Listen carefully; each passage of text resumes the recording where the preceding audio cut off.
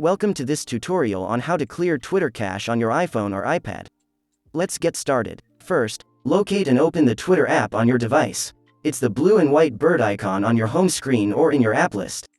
Next, tap on your profile photo at the top left corner of the screen. This will display the left sidebar, which contains several options. Scroll down the sidebar and tap on Settings and Privacy at the bottom. From there, tap on Accessibility, Display, and Languages, and then select Data Usage. You'll see two options at the bottom of the screen: Media Storage and Web Storage.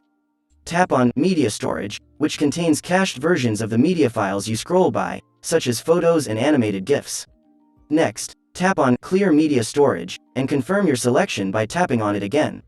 Afterward, tap on Web Storage, which is a cache of cookies, websites, saved passwords, and other web-based data saved to your device while you've used the Twitter app. You can choose which web data to delete, or simply tap on Clear Web Page Storage, or Clear All Web Storage again to confirm.